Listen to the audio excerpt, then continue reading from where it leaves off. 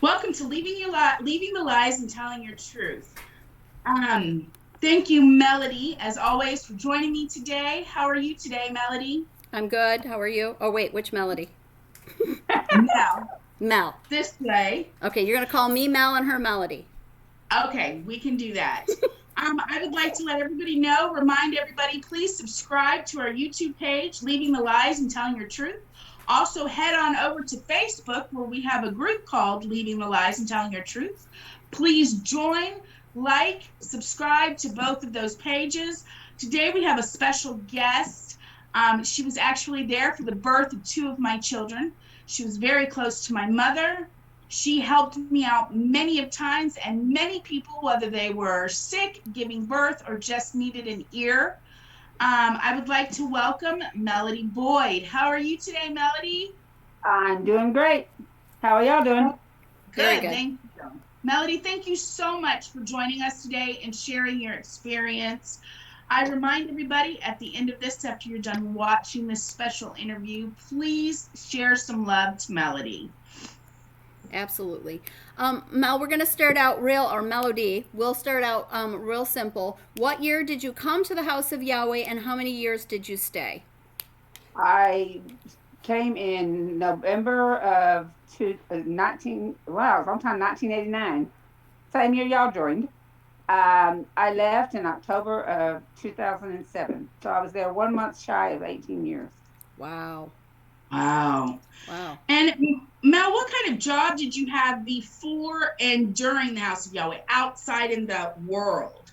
I was a registered nurse the whole time, both places, Gotcha. outside the house and inside. Okay, and we know that you were in somewhat of a leadership position as far as the medical and first aid and midwifery goes. How long were you in that position? And did you receive any type of gifts or blessings, as they like to call them, for the work that you did or the service that you provided? Well, I started very first in the first aid. I started with a lady that passed away shortly after I started. And then I worked with Hazel. Sorry, I didn't know names. Autumn's You're mom. fine. You can say her name. She would love it. And then the first aid I kind of got promoted into because they really didn't have any medical personnel that knew anything about doing first aid and that kind of stuff. So we did some classes to teach, work with people, and you'd be surprised how many people are very knowledgeable, even though they don't have the training. Okay, Right. when that was that, and then the midwifery, that's a whole new ballgame. I kind of got tricked into that one. The very first one I ever did, she came to me and she said, "I would like you to be there when my child is born." I said, "Okay." I thought that meant in the hospital. Mm. I didn't realize that meant that I was going to be present at a home delivery, which her husband actually did the delivery, but I was there for it, and that kind of got me roped into it. And then I got legal and started doing it. Okay. That's how I got into it in the first place. Kind of Wow. A miscommunication. a very strong miscommunication. Wow. You're like, wait, I Very thought I was strong. just going to be in a hospital room here. Well, because her husband come to me about 2 months and said, "I don't know if I agree with this thing y'all got planned." And I'm like, going, "Okay." I didn't want to say, "What are you talking about?" And then he said, and then he started, and then he expounds on it. And I thought, "Oh, okay. What do I do now?" You're like, I don't know if I agree with this either. Just thinking the same thing. It took a little while, but we worked it all out. And well,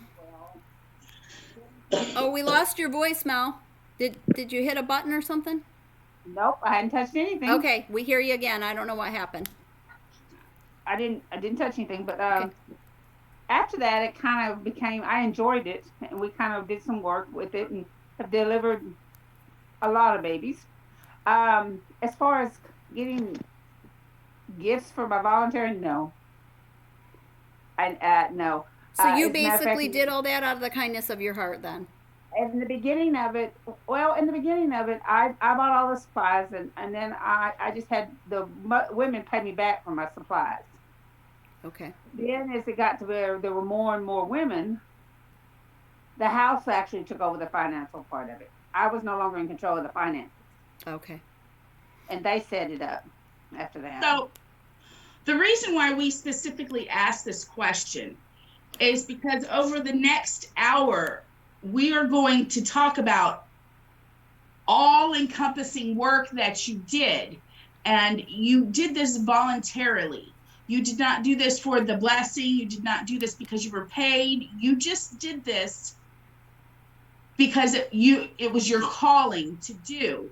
And that's what I really want people to grasp as we're talking to you and hearing your story. Because one thing we did leave out was you also were over the baptisms.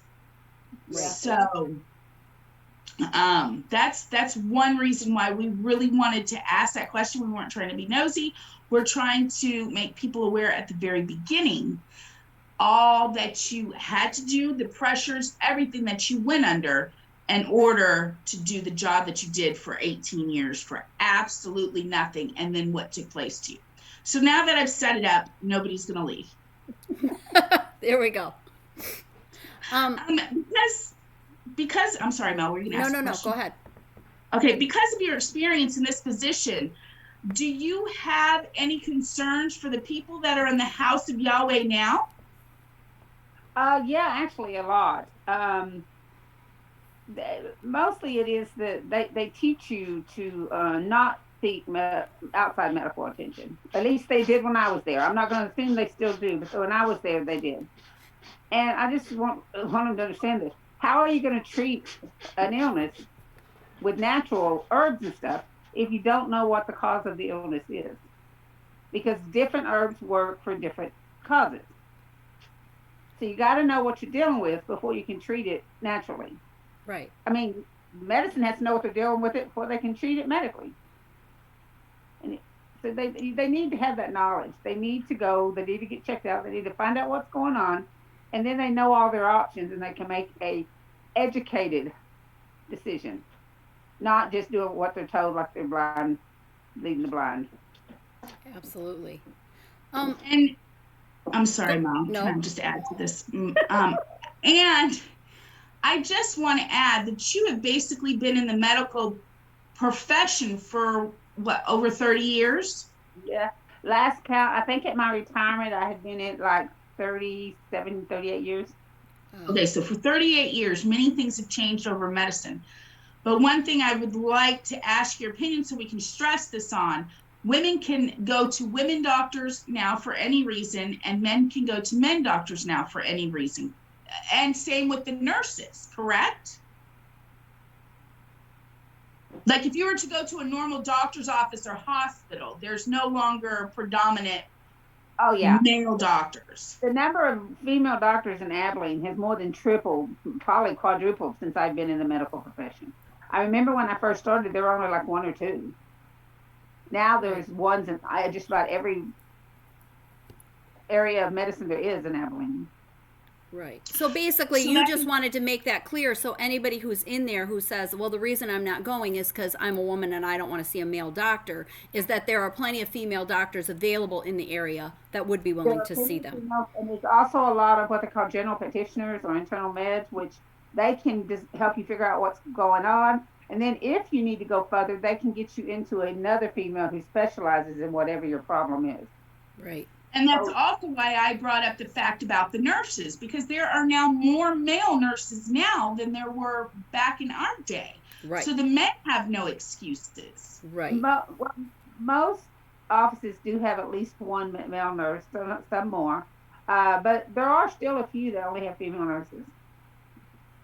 But I do think, correct me if I'm wrong on this, Melody, because you stayed longer than both of us. I do think that teaching kind of changed and morphed over the years to the point where at one time they did say women could go to a doctor as long as they saw a female doctor, and men could go to a doctor as long as they saw a male doctor. But that changed, I think, after we left. Is that correct? Yes, it got even more strict. They did. In fact, they were telling people not to go to physicians at all. They have a way of wording it. I wish I could remember how it is. It's okay if you want to seek a physician in the world, but where does that leave? Where is that putting your faith? They try to make it sound like because you will see a physician, You just because you see a physician, you don't believe in the Father and the Creator. That's not necessarily true. Right. So they tried to guilt you into not going. Is basically what they did. Okay. So, did you have a good rapport with the leader, Yisrael? And did he take any of your concerns or advisements into consideration when it came to medical situations or medical field? In the beginning, almost from the very beginning, I felt an ease and comfortable around Israel. And yeah, it's the years I was out there. Yes, he did. He listened. He never said you're right, I'm wrong, but you would see where his decisions went more towards what I agreeing with what I had said, as far as medical concerns, not as far as scripture. Scriptures that he that was all him. But Right. yeah, he would listen to some of the things I said, and we got along very well. He used to come to my house for ice cream socials and stuff. So That's yeah. good. Um, Melody, we know that your husband was excommunicated before you left, and you remained. Did you remain after he got excommunicated? Well, he was asked to leave in August of 2004. And he won't use that word excommunicate. He said he received a letter telling him he was evicted. That's what he'll tell you. Same Love thing. it. But yeah, he left, like I say, in August of 2007. I mean 2004, and I remained. I stayed until, like I say, October 2007. How did this And affect your position in the medical field? a lot of it surprised me. They told me that it didn't have anything to do with him leaving. That the decisions were made that only women who were in the under the headships of the elders, kahans, only they could be in positions of leadership. That if you weren't a kahan or kahana, or you did not fall under the headship or leadership of a specific elder, that you no longer could hold the position. That all positions were now held, all the women's positions were now held by the kahanas. So So, that pretty much removed me from all of my positions. so when that took place, how many years was that before you actually left, or do you not remember that? Um, Trying to remember. I really don't, because it occurred. I think I had been removed from a couple of positions before it started dawning on me what was happening. So I Okay. can't remember exactly how long it was because Was the it first, months or years? probably months, probably Okay. within the first year after he left. Okay. Because by the last couple of years I was there, I don't feel like I still worked in the positions, and I still made the schedules for the positions. I still set up the rules for them. I just wasn't the one in charge. Okay. Let, this was not a question written down. So if you don't want to answer it, you don't have to. So obviously, well, not obviously, obviously to Mel and I, it is obvious, but you were a person of position there. You were kind of in on everything, whether you wanted to be or not. You kind of were in on everything. And Yisrael did value your opinion. I saw this firsthand, and he did consider you a friend.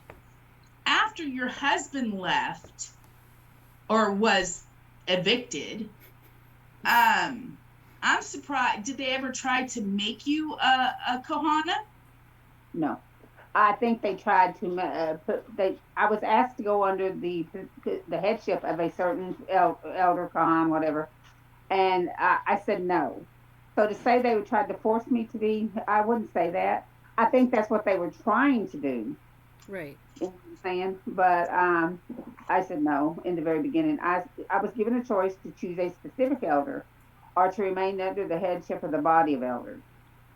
And I changed to stay under the headship. I chose of the body of elders. I didn't want a specific elder. Do You you want to know think why? that was to test your faith, or do you think that that was more of a thing where they wanted to make sure they had some amount of control over you, for lack of a better word?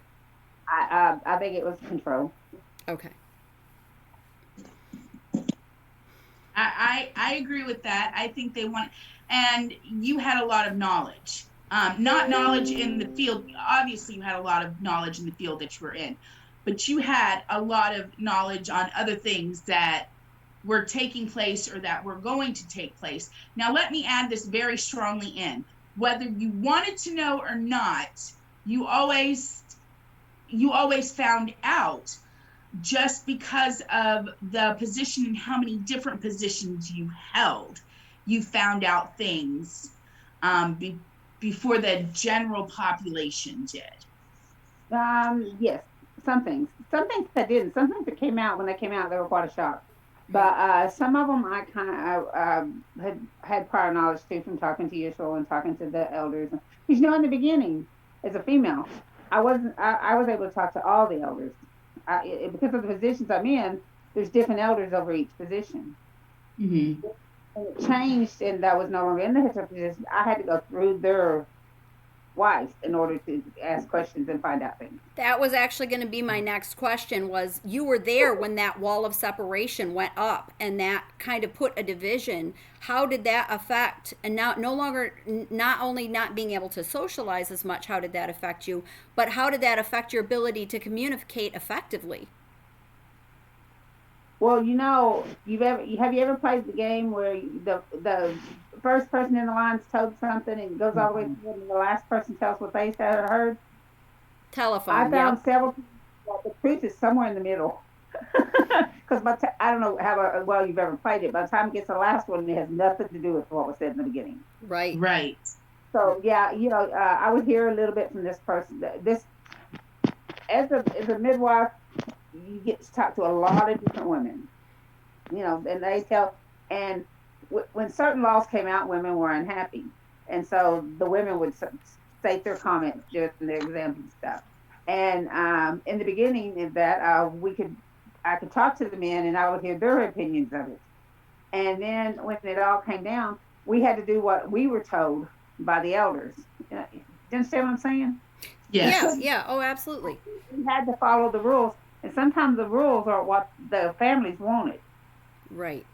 And Right. and then other things is when you're talking to everybody, they all just want to be happy. They all want to have their families, enjoy their life, and keep their faith.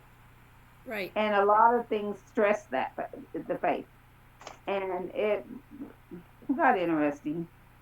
Yeah. Probably off topic, and if you don't want me to talk about it, just let me know. In the year 2000, there was a big changeover and a lot of things that went down. I don't know if any of you, either one of you, were there when they were doing the all ceremonies. I was not. Who said I was not? Me. I was not. Autumn was. I was. And you remember I was also over that. Yes. Mm.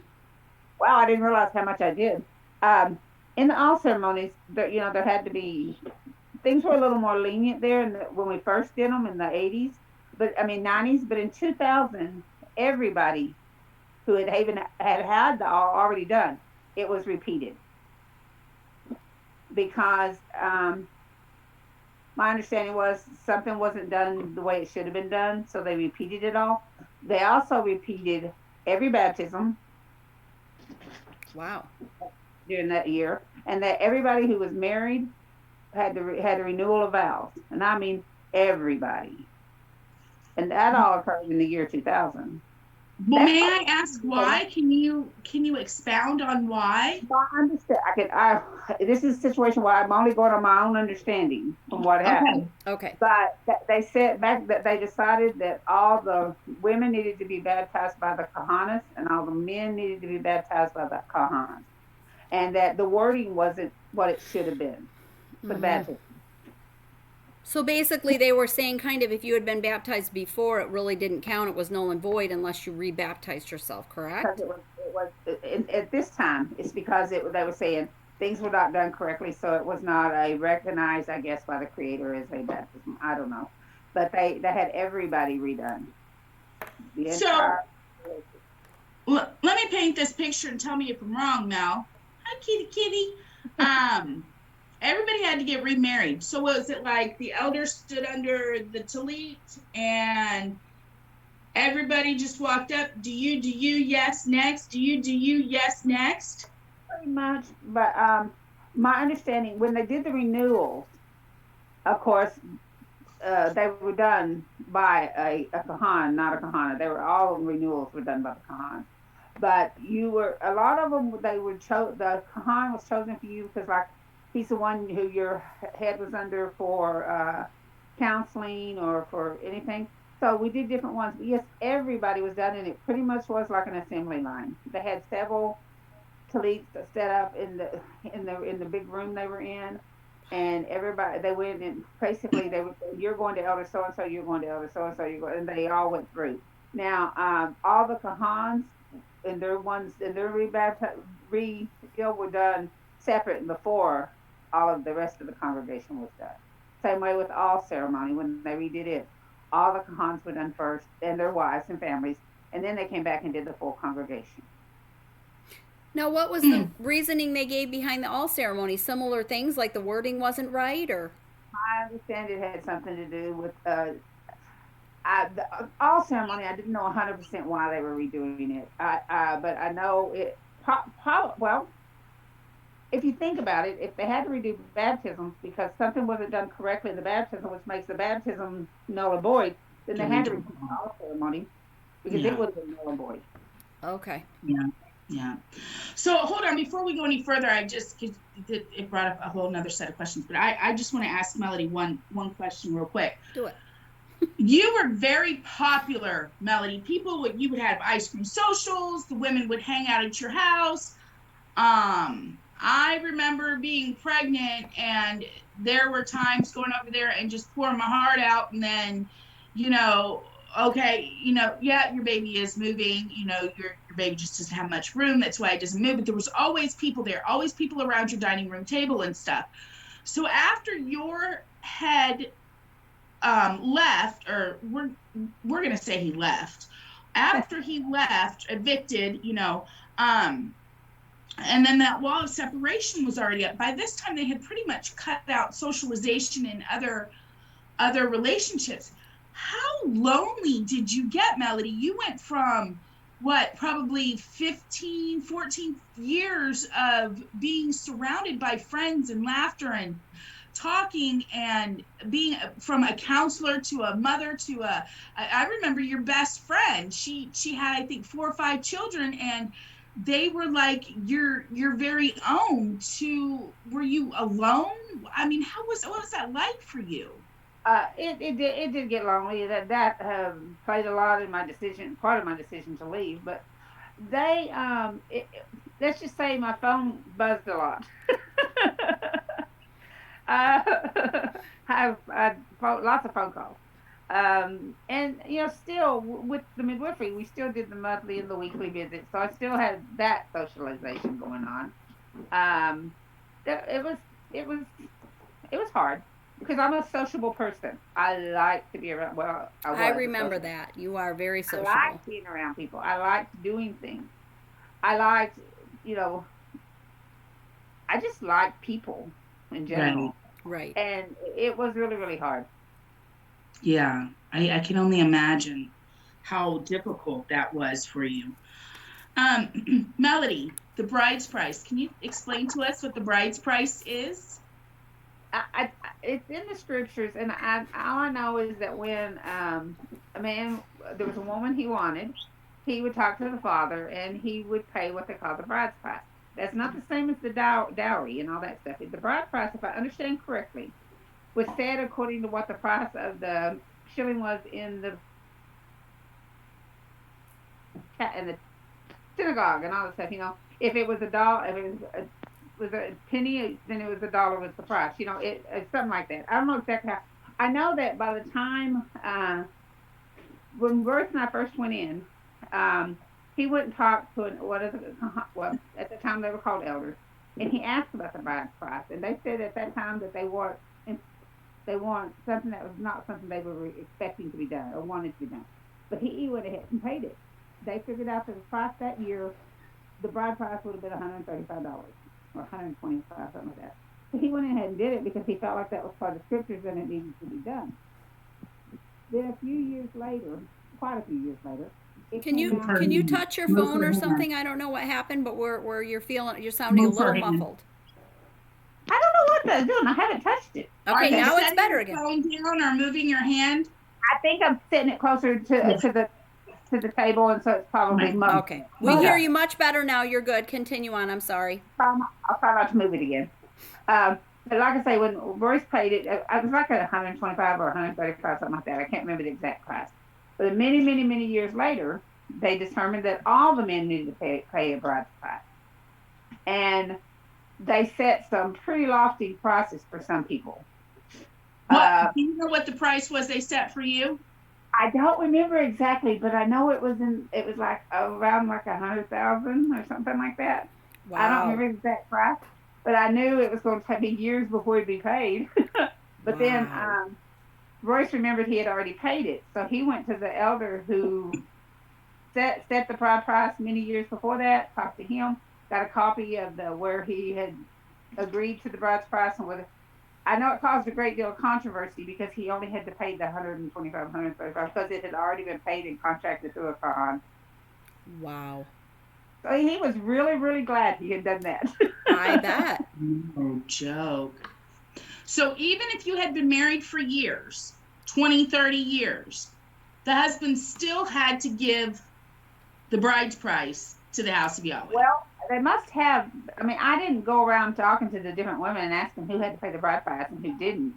But I do know that they tried to have us pay one, but we had already paid it. Well, we didn't. Royce did.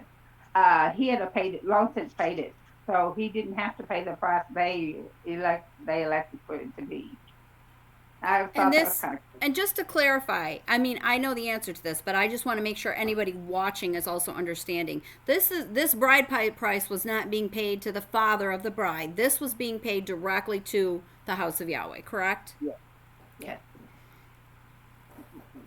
Because I always thought it was supposed to be paid to the father, and they're kind of saying that the house is the father. Actually, the house is supposed to be the mother, and then Yahweh is the father. But it was paid, so in that way they consider it being paid to Yahweh. So but it wasn't. It was paid to the church, or to the whatever you want to call it. Okay. That's a really good question. Well, she already answered my question. I have a feeling. You tell me. We've got about 8 minutes left.